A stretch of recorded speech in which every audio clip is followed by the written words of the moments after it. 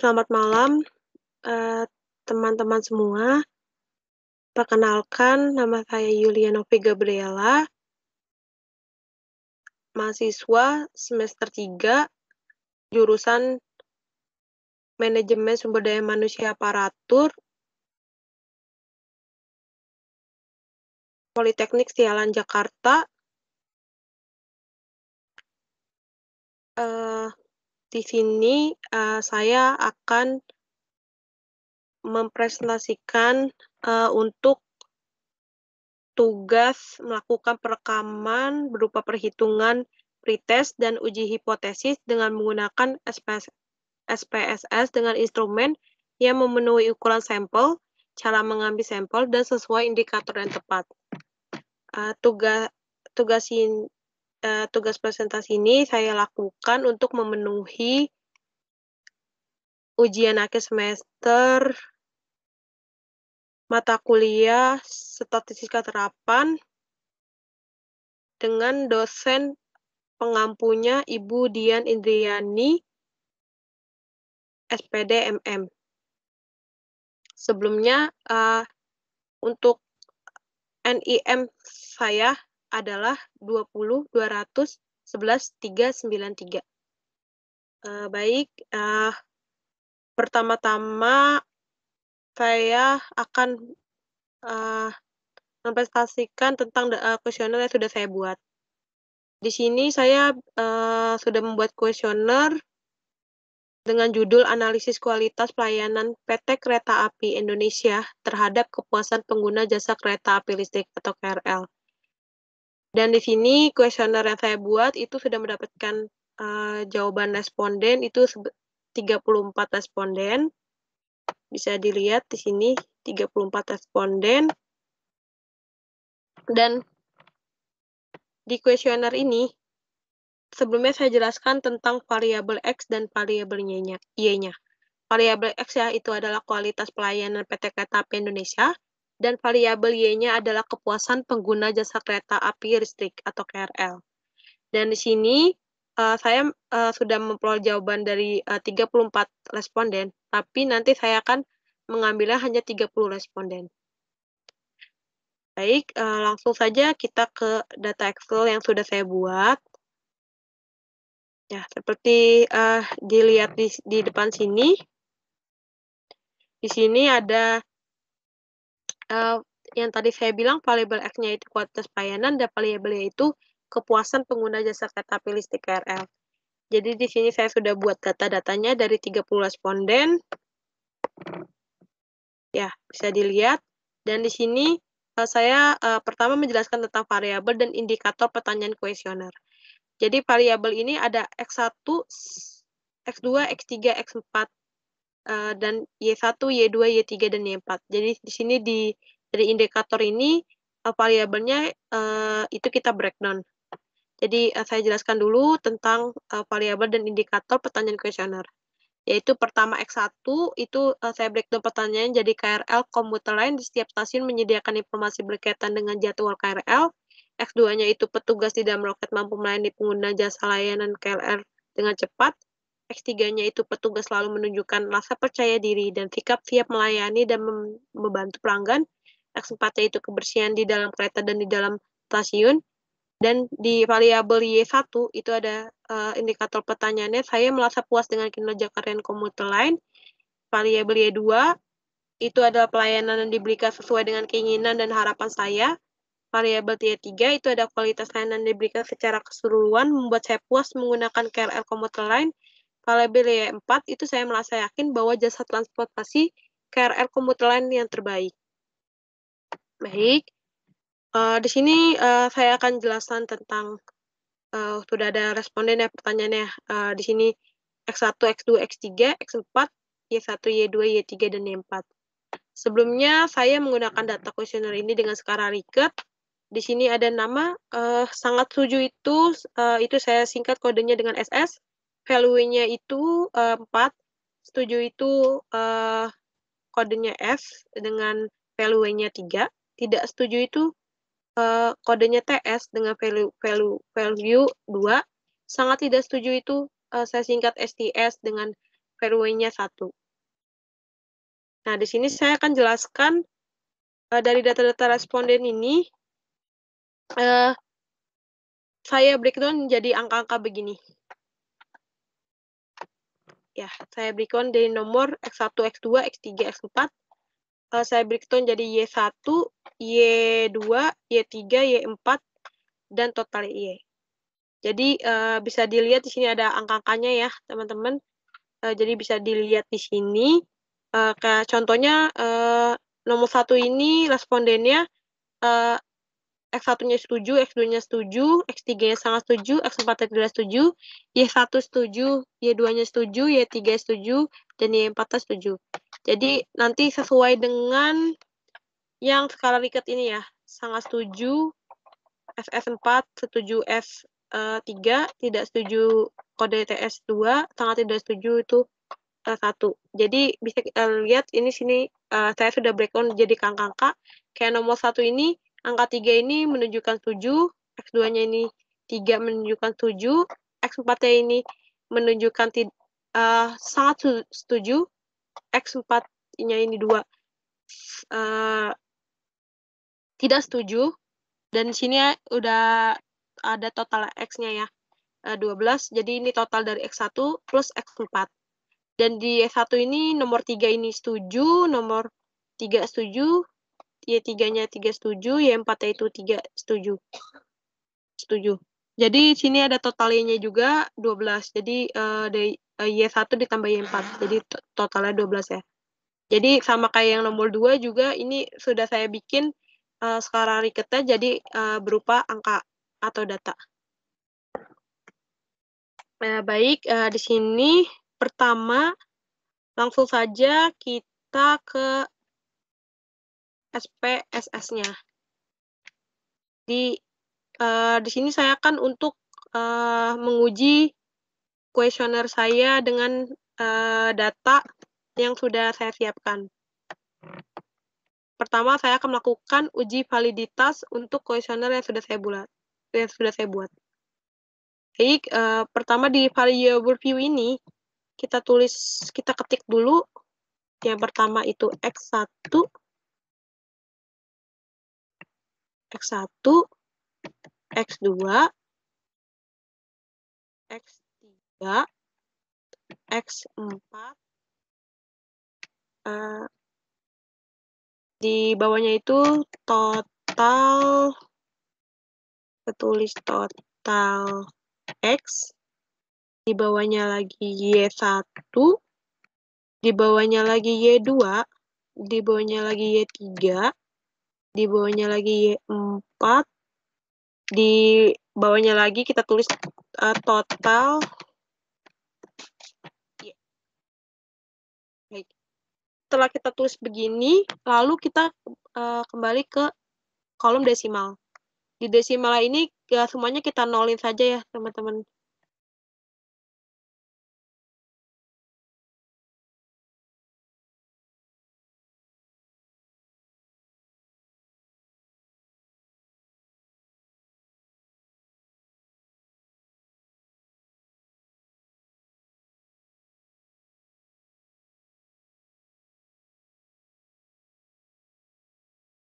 Baik, udah kita nolin. Ini di sini ada values-nya ya. Nah, di values ini kita tulis skala Likert-nya.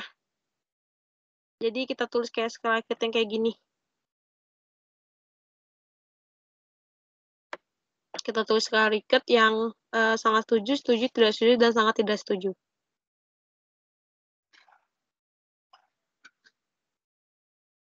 Oke, kita tulis pertama 4 itu sangat setuju. 3 itu setuju. 2 itu tidak setuju. 1 itu sangat tidak setuju. Oke. Jadi sudah kita buat kayak gini ya. Setelah itu kita okekan saja. Nah, di values ini nanti dari X1 sampai X4 itu nanti kita copy paste aja values-nya, dan Y1, Y4 itu kita copy paste saja. Jadi yang kita tidak isi di value ini adalah total X sama total Y. Yang pertama kita copy dulu, di copy, dari X1 sampai X4 kita paste, dipaste dulu. Nah, total X-nya kita lewati, lalu langsung lompat aja ke Y1.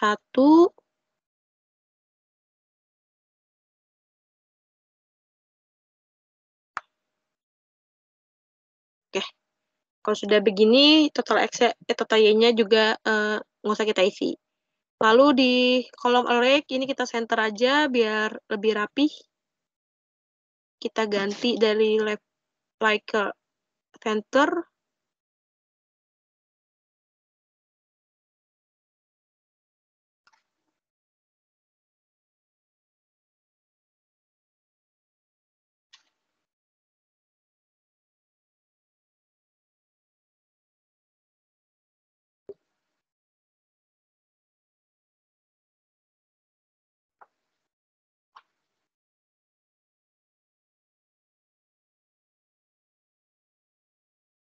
Oke, lalu di sini ada measure. Kita bikin scale. Scale-nya itu dari X1 sampai X4, dan total X-nya kita bikin nominal aja.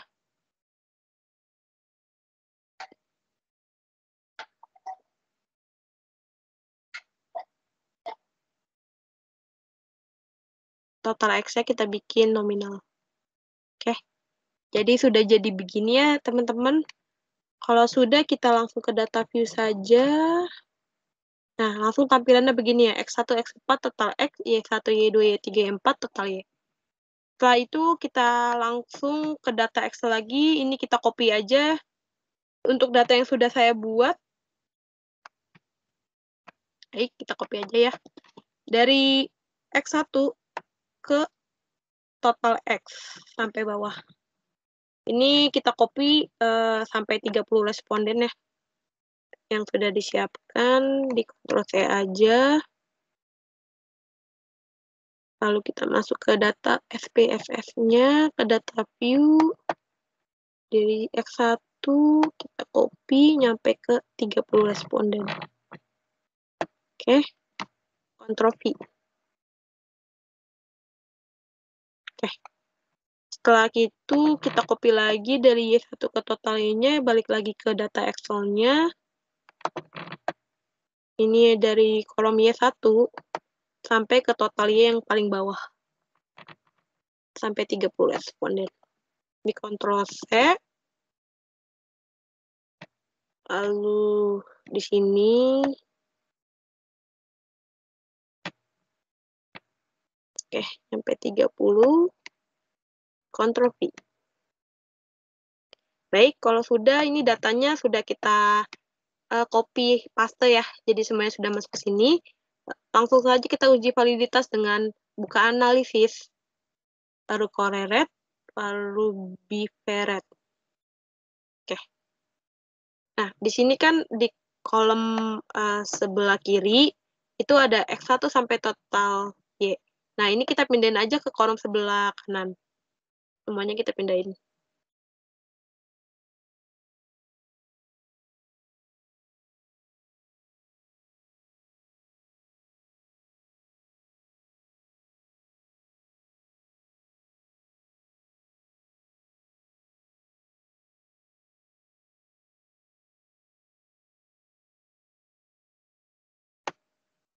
Oke, kita pindahin teman-temannya dari X1 nyampe total ya. Nah, kalau sudah, jangan lupa dicentang persennya, two-tailednya, dan significant correlation-nya. Kalau sudah, kita okein saja teman-teman.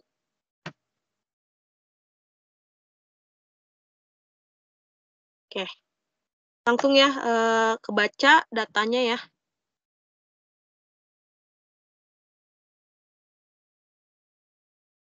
Oke. Langsung kebaca teman-teman. Di sini signifikan semua ya teman-teman. Ya, signifikan. Kita lihat sini tanda-tandanya signifikan ya. Oke. Jadi, uji validitas itu yang pertama saya akan jelaskan. Kalau uji validitas itu adalah kemampuan instrumen mengukur apa yang seharusnya diukur. Validitas bermakna juga tingkat ketepatan atau tingkat keakuratan atau tingkat presisi suatu alat ukur mengukur objek atau entitas yang diukur. Sedangkan menurut Pak Ari Azwar pada tahun 1986, validitas berasal dari kata validity yang mempunyai arti sejauh mana ketepatan dan kecermatan suatu alat ukur dalam melakukan fungsi ukurnya. Jadi validitas adalah suatu ukur yang menunjukkan tingkat kevalitan atau kesahihan suatu instrumen menurut Nusalam pada tahun 2003. Nah, setelah itu teman-teman, tadi kan kita udah dapat hasilnya ya. Di uji validitas ini, untuk membaca R-table, tentukan terlebih dahulu nilai DF atau degree of freedom dan tolak signifikansi. Adapun nilai DF diperoleh dengan rumus DF sama dengan N dikurang 2, di mana N itu jumlah kasus satu sampel. Untuk N adalah 30, jadi data yang saya ambil itu ada 30 responden ya teman-teman. Maka DF-nya itu 30 dikurang 2 sama dengan 28. Selanjutnya perhatikan pada tabel untuk DF 28 dan signifikan 0,5 diperoleh L tabel sama dengan 0,3610007. Jadi 0,3610007 dapat dari sini teman-teman. Kita lihat dulu tabel person correlation table-nya. Ini dari tadi kan 30 kurang 2 ya, jadi 28. Nah, kita lihat di sini tabel ini 0,361077 dengan tingkat signifikannya 0,0055. Jadi diperoleh itu L tabelnya itu 0,361007. Jadi bisa kita lihat ya teman-teman di sini. Ya, di sini kita bisa lihat 0,776, 0,553 itu kan dia ada tanda bintangnya ya teman-teman ya. Berarti ini signifikan dan ini valid. 0,622 ada tanda bintangnya juga. Tapi di sini ada teman-teman yang tidak ada tanda bintangnya 0,359. Kenapa dia tidak ada tanda bintangnya? Berarti dia tidak signifikan dan data ini berarti tidak valid. Karena dia di bawah 0,361 yang tadi L table-nya, jadi dia tidak signifikan. Bisa kita lihat tuh X3-nya 0,73, 0,507, X4-nya 0,802, 0,564, itu kayaknya. Lalu Y1-nya 0,606, 0,709, dan seterusnya ya teman-teman ya. Bisa kita dilihat, kalau ini dia signifikan ada tanda bintangnya. Nah, jadi dari ke 8 pertanyaan tadi ya, nilai pesannya itu yang nomor 2 tadi itu valid. Kalau data tidak valid yang ini, yang 0,359 ini kan tidak valid ya teman-teman ya. Jadi kalau data tidak valid, maka data ini akan dibuang. Setelah itu, teman-teman juga bisa lihat jika tingkat, selain dilihat dari tabel pesannya, kita juga bisa melihat dari tingkat signifikannya. Jadi ditentukan itu dia 0,05. Jika validitas suatu item dilihat dari output SPSS. Dalam hal ini nilai signifikansi hitung harus lebih kecil atau sama dengan 0,05. Jadi selain dilihat dari tabel pesannya ya, person correlation-nya kita bisa lihat dari SIG. Ya, atau teman-teman bisa lihat di sini berarti yang signifikan biasanya di bawah 0,05. Ada 0,02, 0,00, dan ini yang tadi tidak signifikan itu dia di atas 0,05. 0,05. Jadi dia 0,052 dan bisa dilihat sini 0,04 semuanya. Dari dilihat aja dari si Thailandnya ini semua yang valid itu biasanya dia di bawah 0,05. Oke, jadi itu adalah uji validitas. Nah, sekarang kita masuk ke uji reliabilitas. Nah, di uji reliabilitas ini saya jelaskan dulu pengertiannya.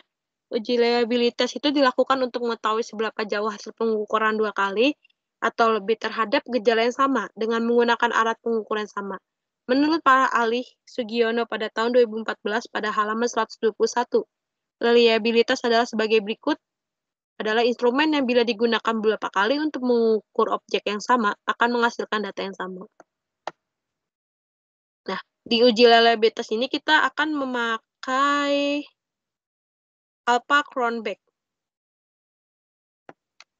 Oke, jadi pertama kita coba dulu untuk datanya ya teman-teman.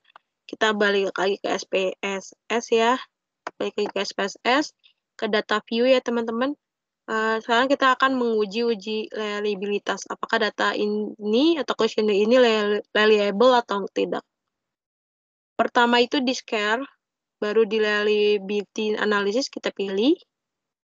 Oke, setelah itu sini semua teman-teman bisa lihat ya, di sini ada X1 sama total Y.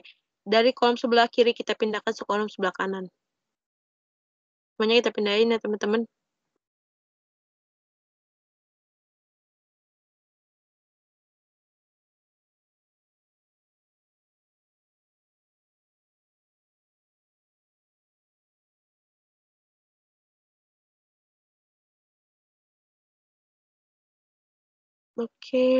Oke, sudah semua kita pindahkan ya dari sebelah kiri ke sebelah kanan dari X1 sampai total Y-nya. Oke, jangan lupa pakai alpha modelnya, lalu kita okein.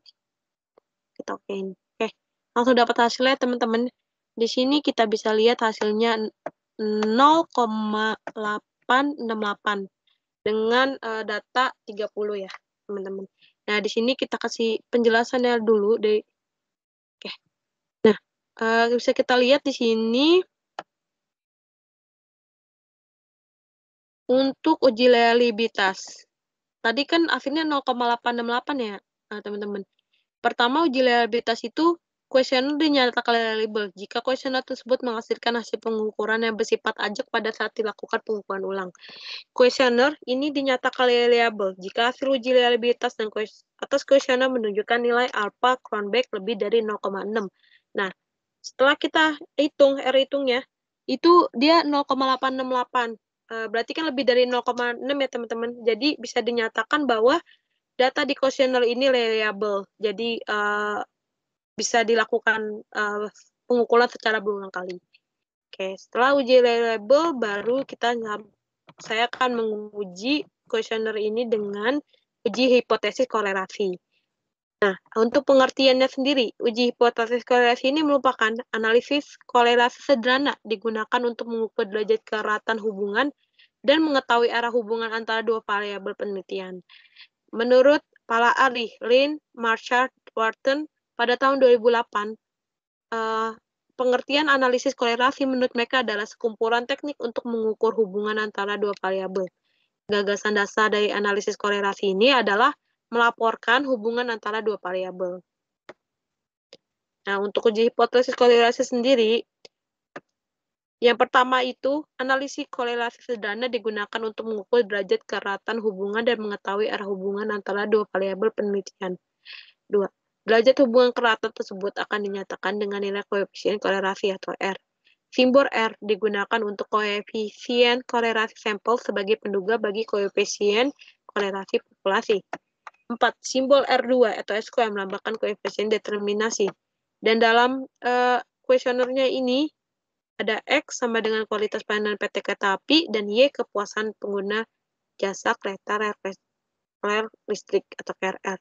Jadi penelitian ini adalah apakah ada hubungan kualitas pelayanan PT Kereta Api Indonesia terhadap kepuasan pengguna jasa KRL. Baik, lalu selanjutnya kita langsung aja ke data SPSS. Sekarang kita mengukur uji hipotesis korelasi. Caranya adalah pertama analisis. Lalu teman-teman balik lagi ke korelate, ke bivaret ini. Nah, kalau di sini kan, tadi di uji validitas, semuanya kita masukin ya ke dalam kotak sebelah kanan. Nah, kalau di uji hipotesis korelasi ini, kita cuma masukin total X sama total Y-nya aja, teman-teman. Jadi yang X1 sampai X4 dan Y1, Y4 kita pindahkan aja sebelah kiri. Karena ini kita buat nguji hipotesis korelasi ya, jadi kita kita uji total X sama Y-nya saja.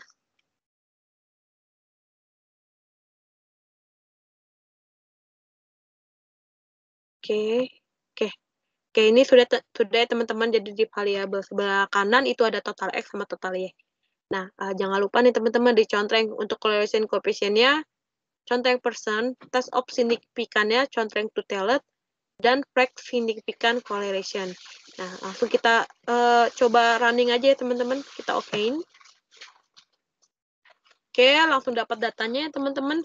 Di sini bisa kita lihat di total X percent correlation itu 0,080 dan ini signifikan. Total Y-nya itu percent correlation-nya itu 0,680 ya teman-teman. Oke, langsung saja kita balik ke sini. Oke, bisa dilihat ya teman-teman tadi total percent itu 0,680 sama Y-nya itu 0,680 teman-teman. Dan dari dasar pengambilan keputusannya itu yang pertama, jika nilai R hitung lebih besar dari nilai R tabel, terdapat korelasi antar variabel. Yang kedua, jika nilai R hitung lebih kecil daripada nilai R tabel, tidak terdapat korelasi antar variabel. Nah, dari R hitung itu tadi sudah kita dapat 0,680 dan untuk R tabelnya carinya itu ya teman-teman. Kalau tadi kan kalau untuk uji validitas itu kita dari jumlah hasil N ya, jumlah sampelnya, total sampelnya itu dikurang 2 ya. Nah, kalau untuk uji hipotesis korelasi ini berbeda teman-teman. Jadi kita nggak usah kurangin 2, langsung aja ke sampelnya. Sampelnya itu kan sama dengan 30 ya teman-teman. Dan tingkat signifikansinya itu 0,05. Jadi teman-teman bisa lihat di sini, di 30, sama tingkat indikasi di percent correlation table-nya ini 0,05 untuk tingkat signifikansinya. Di sini bisa kita lihat 0,3 untuk jadi ditentukan LR tabelnya itu 0,349370. Jadi kita buletin aja teman-teman 0,34 untuk R. Untuk R tabelnya teman-teman kita 0,34. Kita balik lagi ke sini correlation. Berarti kan tadi kan di sini 0,080 ya tadi kita diketahuin kalau itu untuk R hitungnya ya teman-teman. Oke. Jadi setelah kita dapat rupanya dia terdapat di nomor 1. Jika nilai R hitung lebih besar dari nilai R tabel terdapat korelasi antar variabel. Jadi dari keputusan ini bisa diambil kesimpulannya kalau saat jadi dalam pengambilan keputusannya dikarenakan person diukur dari nilai R hitungnya lebih besar daripada R tabel, maka variabel X-nya atau kualitas pelayanan PT Kereta Api Indonesia dan variabel Y-nya atau kepuasan pengguna jasa kereta api listrik atau KRL dinyatakan terdapat korelasi antar variabel penelitian. Ya, jadi terdapat korelasi nih teman-teman. Selain dari teman-teman bisa lihat dari tabel persen korelasinya, teman-teman juga bisa lihat dari SIIG-nya. Pertama, nilai SIIG atau two-tailed kurang dari 0,05 terdapat korelasi antar variabel. Kedua, nilai signifikannya dalam kurung two-tailed lebih besar daripada 0,5 tidak terdapat korelasi antar variabel. Dan bisa dibuktikannya teman-teman kalau di sini signifikannya ini 0,0000 atau 0,01. Dan bisa disimpulkan bahwa nilai signifikannya ini di nomor 1 ya. Nilai two-tailed-nya kurang dari 0,05 berarti terdapat korelasi antar variabel. Dan kesimpulannya itu juga bisa disebutkan kualitas variabel X kualitas pelayanan PT Kereta Api Indonesia dan variabel Y kepuasan pengguna jasa kereta api listrik KRL itu dinyatakan terdapat korelasi antar variabel penelitian atau dia merupakan ada pengaruhnya, ada hubungannya karena dilihat dari R hitungnya lebih besar daripada R tabel. Oke, jadi begitu ya teman-teman untuk uji hipotesis korelasi. Demikianlah penjelasan dari saya yang bisa saya sampaikan. Kurang lebihnya mohon maaf. Terima kasih teman-teman dan selamat malam.